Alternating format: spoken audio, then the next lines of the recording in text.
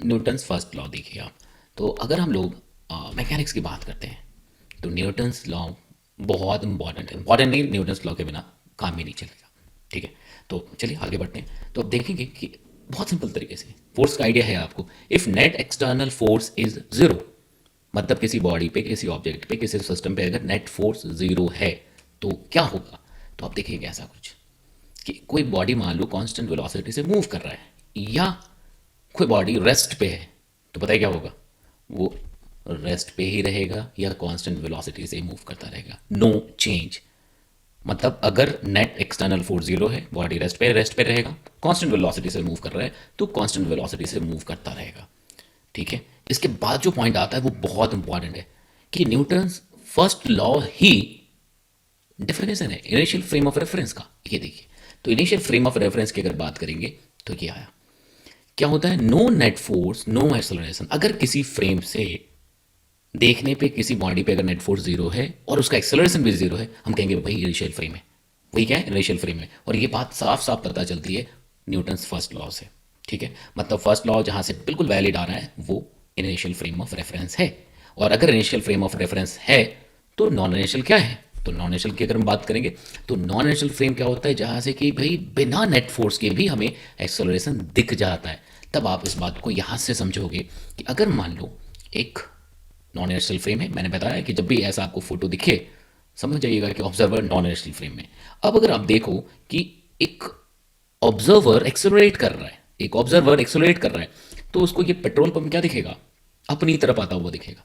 Petrol pump के पास कोई force नहीं लग रहा है, लेकिन इस नॉन इनर्शियल फ्रेम ऑब्जर्वर को पेट्रोल पंप इसकी तरफ आता दिख रहा है। क्यों? क्योंकि ये नॉन इनर्शियल फ्रेम हो गया है ना। तो हम क्या कहेंगे, कोई भी एक्सेलरेटिंग फ्रेम, कोई भी एक्सेलरेटिंग फ्रेम जो कि with respect to initial frame accelerate हो रहा है, वो क्या होगा, नॉन इनिशियल फ्रेम हो जाएगा। तो यहाँ पे आप देखेंगे जो ऑब्जर्वर है वो एक्सेलरेट कर रहा था, इसलिए उसको एक हमारे फ्रेम में, ग्राउंड के फ्रेम में एक स्टेशनरी ऑब्जेक्ट जिसपे कोई नेट फोर्स नहीं लग रहा है उसकी तरफ एक्सेलरेट होता हुआ दिखा। तो मेरे ख्याल से यहाँ तक आप बातें समझ गए, what is initial frame, what is non initial frame, what is first law. ठीक है, Newton second law, first law already देख चुके हैं, समझ चुके हैं आप। ठीक है, तो अगर सेकेंड लॉ की बात करें तो ऐसा हम पढ़ते आए हैं कि भाई net external force equals to mass into acceleration. अगर हम नाइन्थ क्लास में तब भी यही पढ़ चुके हैं ना, उसके बाद पहले भी शायद सेवन्थ में भी। और अगर इसको ऐसा लिखते हैं तो आप ऐसा लिखते हो, अच्छा net external force equals to mass into acceleration. लेकिन प्रॉब्लम सॉल्विंग की अगर बात करते हैं तो कई चीज़ें हमें जहन में रखनी पड़ती है ना। सबसे इंपॉर्टेंट जो चीज़ है जो आपको दिमाग में रखना है कि भाई नेट एक्सटर्नल फोर्स कहने का मतलब एक से ज़्यादा अगर बॉडीज हो तो उन सभी को मिला के हम एक सिस्टम कह सकते हैं। लेकिन सिस्टम कहने के लिए एक इंपॉर्टेंट चीज ध्यान रखिएगा कि सिस्टम के अंदर जितने भी बॉडीज हैं उन सभी का कॉमन एक्सेलरेशन होना चाहिए। मतलब जैसा आप अभी देख रहे हो तो आप यहां पे लिख सकते हो कि B F equals to M one plus M two plus M three into A. F equals to M one plus M two plus M three into A. तो सीधे सीधे ए मिल जाता है आपको, है ना। यहाँ पे M1 और M2 के बीच में भी फोर्सेस होंगे, M2 और M3 के बीच में भी फोर्स होगा, बट वो सभी इंटरनल काइंड का फोर्स हो गया अगर आपने M1 M2 और M3 को एक सिस्टम लिख दिया। सिस्टम इसलिए लिख दिया सेकेंड लॉ के लिए क्योंकि ये सभी का कॉमन एक्सेलरेशन था। ठीक है, अब अगर इसके जैसे बात जाते हैं तो इन सभी के बीच के भी फोर्स की जरूरत पड़ सकती है हमें। ठीक है ना, इन सभी के बीच में क्या क्या फोर्सेस आ रहे हैं, तो मैं ऐसा लिख सकते हैं। अच्छा अच्छा, तब क्या कहोगे आप, तब आप कहोगे कि भाई इसमें फर्स्ट बॉडी पे अगर आप देखेंगे तो फर्स्ट बॉडी पे हमारे पास एफ फोर्स है। अगर हम फर्स्ट बॉडी की बात करें तो हमारे पास एफ फोर्स लग रहा है, देखिए ऐसा। सेकंड बॉडी की बात करें तो भी कुछ फोर्सेस हैं, थर्ड बॉडी की बात करें तब भी कुछ फोर्स है। अब जो एफ डैश दिख रहा है, अब जो एफ डबल डैश दिख रहा है, ये सभी इंटरनल फोर्सेस होते अगर हमने इसको सिस्टम लिखा होता, लेकिन हमने इसको अलग कर दिया।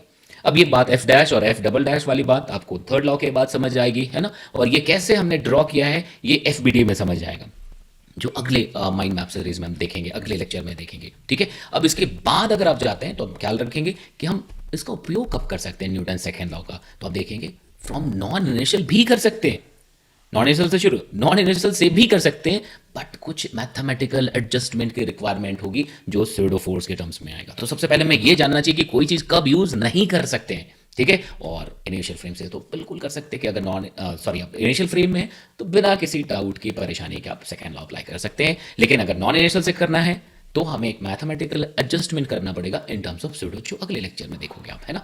तो सेकंड लॉ की ये इंपॉर्टेंट चीज़ें आपको ध्यान में आ गई कि भाई ठीक है, net external force mass into acceleration, ठीक है। सिस्टम लिख सकते हैं हम कॉमन एक्सेलरेशन पे, अलग अलग बॉडीज लिख सकते हैं जिसकी कहानी एफवीडी, एंड थर्ड लॉ के बाद समझ आ गई। तो ओके, तो अगर हम थर्ड लॉ की बात करते हैं तो बहुत सारे बड़े इंपॉर्टेंट पॉइंट्स होते हैं जिसको जहन में रखना बहुत ज़रूरी होता है, ठीक है। और यहाँ पे हम देखेंगे कि इस तरह से बताया गया कि आपको अच्छे टाइम के लिए, मतलब जब तक ज़रूरत है ज़रूर याद रखनी चाहिए, है ना। तो इस फोटो से शुरू करते हैं, ठीक है।